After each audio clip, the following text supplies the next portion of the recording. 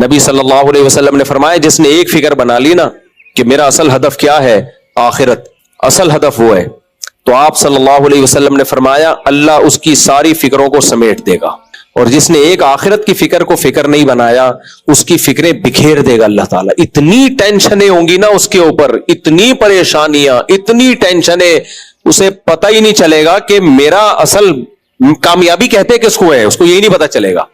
سکون کے پیچھے بھاگتا رہے گا پاگلوں کی طرح، اور جیسے جیسے عمر بڑھے گی نا سکون اس سے اتنا ہی دور ہوتا چلا جائے گا۔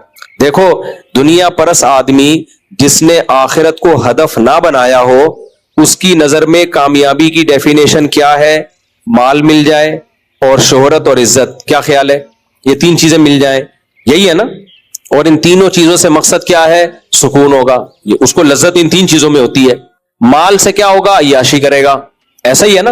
اب مجھے ایک بات بتاؤ، ایک آپ کے پاس جو تھے عیاشی کے پیسے نہیں تھے، صحت ہے عیاشی کے لائق، ایک آدمی آپ کو کہے کہ یہ 1 کروڑ روپے میں تمہیں دے رہا ہوں نائٹ کلب میں جا کے عیاشی کرنا، لیکن یہ 1 کروڑ روپے لوگے نا، اس میں ایک فالٹ یہ ہے کہ جو یہ پیسے لے گا اس میں طاقت ختم ہو جائے گی عیاشی کی، اب آپ لوگے وہ پیسے؟ بولو گے بھائی فائدہ کیا جب میرے۔ اور آسان مثال، آپ کو پستے کھانے کا بہت شوق تھا، میں مثال بھی وہ دیتا ہوں جس کا مجھے شوق ہوتا ہے، خیر پستے کھانے کا بہت شوق تھا، کسی نے کہا کہ یہ پستہ میں آپ کے لیے ارینج کر رہا ہوں، روزانہ آپ کو اتنا پستہ مل جائے گا، لیکن نہ دانت رہیں گے چبانے کے قابل اور نہ آپ کے معدے میں طاقت ہوگی کہ اس کو ہضم کر سکو، تو ایسا پستہ قبول ہوگا آپ کو؟ بولو گے ایسے پستے کا میں کیا کروں گا جس کو میں چبا بھی نہیں سکتا اور جس کو میں پیٹ میں، تو پستہ تو ملے گا لیکن وہ پستہ آپ کی خوشی میں اضافہ نہیں کرے گا بلکہ غم میں اضافہ کر دے گا الٹا، کہ یار ایسے ٹائم پہ ملا کہ جب پیٹ میں آنت نہیں اور منہ میں دانت نہیں۔ ہوتا یہ ہے کہ دنیا پرس آدمی جو دنیا کو ہدف بناتا ہے تو ایک وقت تک تو اللہ اگر چاہے اس کو عیاشی مل جاتی ہے، لیکن 2 خوف اس پر ایسے مسلط ہوتے ہیں نا جو اسے گھن کی طرح، دیمک کی طرح چاٹتے ہیں اس کو، ایک بڑھاپا اور ایک موت کا خوف۔ یہ 2 خوف اللہ نے ایسے لگا دیے جس سے کوئی انسان بچ نہیں سکتا۔ یعنی قرآن کے الفاظ دیکھو، وَلَوْ كُنْتُمْ فِي بُرُوجٍ مُشَيَّدَةٍ، مضبوط قلعوں کے اندر بند ہو جاؤ گے بھی نا تو بھی آپ بیٹھے بیٹھے مر جاتے ہو۔ آپ نے کتنے گارڈ رکھ لیے، ہارٹ اٹیک سے مر گئے۔ گارڈ آپ کو ہارٹ اٹیک سے تھوڑی بچا سکتا ہے، گردے فیل ہو گئے، ایکسیڈنٹ ہو گیا، جہاز کریش ہو گیا، ٹرین کا حادثہ ہو گیا، کیا امریکہ میں نہیں لوگ مرتے؟ کیا جاپان میں نہیں لوگ مرتے؟ تو یہ موت کا خوف اللہ اس کے اوپر مسلط کرتے ہیں ہر وقت، یہ خوف کہ یار مر گیا تو کیا ہوگا، مر گیا تو، کیونکہ میں نے دیکھا ہے لوگوں میں۔ دوسرا بڑھاپا، دوسرا کیا ہے؟ جیسے ہی بوڑھے ہوتے ہیں نا یہ لوگ ساتھ چھوڑنا شروع کر دیتے ہیں، کیونکہ وہ بوڑھا بیچارہ کسی کو کیا انٹرٹین کرے گا؟ آپ کے پوتے نواسے ہیں تو وہ تو کسی، آج کل تو وہ بھی نہیں پوچھتے، بے دین جو ہوتے ہیں، تو وہ جوانی ختم، وہ دولت ہے لیکن نہ کھا سکتے ہیں، نہ پہن سکتے ہیں، نہ پی سکتے ہیں، اور آہستہ آہستہ وہ بڑھاپا بتا رہا ہوتا ہے کہ اب تیرا ٹائم آ گیا۔ یہ 2 خوف انسان کو ایسا مارتے ہیں نا، ایسا ٹینشن دیتے ہیں کہ یہ مصنوعی خوشیاں لے رہے ہوتے ہیں۔ ہم نے جو اوریجنل خوش ہے نا وہ صرف اللہ والوں کو ہی دیکھا ہے۔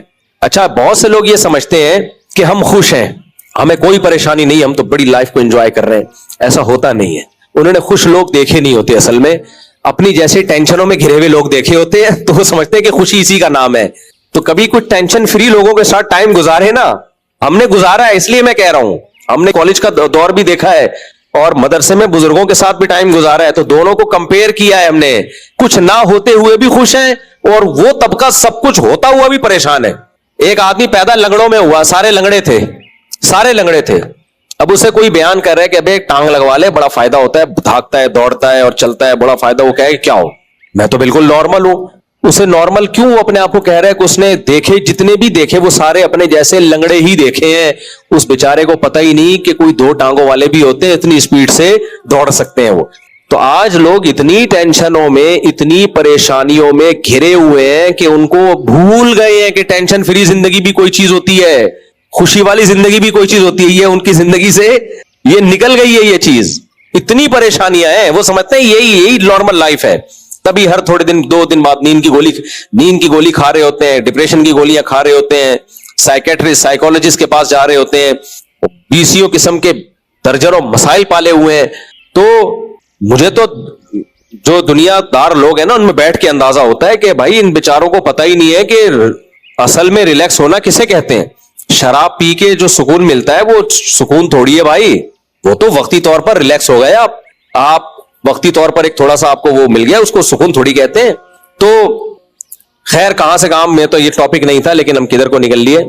تو مسلمان کیا کرتا ہے؟ قرآن کیا کہتا ہے؟ ان الانسان خلق ہلوعا اذا مسہ الشر جزوعا۔ جو صحیح مسلمان نہیں ہے، جس کا اللہ پہ ایمان نہیں ہے، وہ کامیاب لائف گزار ہی نہیں سکتا۔ جب اسے غم ہوتا ہے ڈپریشن میں جاتا ہے، اور خوشی ہوتی ہے تو اترانے لگتا ہے۔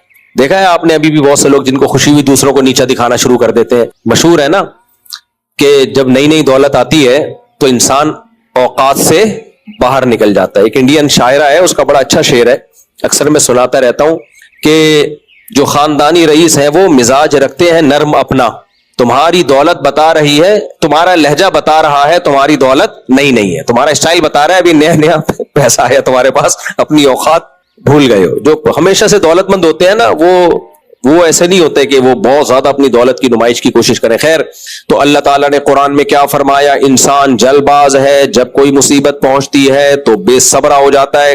دیکھو غم کی یہ جو، میں بھی کچھ لوگوں کو سائیکیٹرسٹ یا سائیکولوجسٹ کے پاس جانے کا مشورہ دیتا ہوں، حالانکہ وہ دیندار ہوتے ہیں۔ آپ کی نا بے سکونی کی دو وجہ ہوتی ہیں۔ ایک وجہ تو نیچرل ہے، وہ سب کو ہو سکتی ہے، آپ کی نیند ہی نہیں ہوئی، آپ کتنے بھی خوش مزاج ہو، اگر نیند ہی نہیں ہو رہی تو آپ ظاہر ہے ٹینشن میں جاؤ گے، وہ تو چاہے نیک ہو برا ہو پریشانی ہوگی اس کو۔ یا بعض دفعہ دماغ کا کوئی کیمیکل ہی آگے پیچھے ہو گیا، موروثی بھی ہوتا ہے یہ، تو ایسے موقع پہ تو نیند کی گولی بھی کھا سکتا ہے انسان، ڈپریشن کی دوا بھی کھا سکتا ہے۔ یہ کوئی بے دینی کی بات نہیں ہے، یہ اس کی علامت نہیں کہ بندہ بے دین ہے، کیونکہ ظاہر ہے دماغ بھی ایک مادی چیز ہے نا، اس میں جو کیمیکل آؤٹ ہو گئے اوپر نیچے ہو گئے وہ تو سیٹنگ پہ ڈاکٹر لے کر آئے گا نا۔ ابے کسی کا گھٹنا ٹوٹ گیا تو ڈاکٹر لا کے سیٹنگ پہ لائے گا نا، تو دماغ بھی الٹا سیدھا ہو گیا تو اس کو کون لے کر آئے گا سیٹنگ پہ؟ ڈاکٹر۔ وہ تو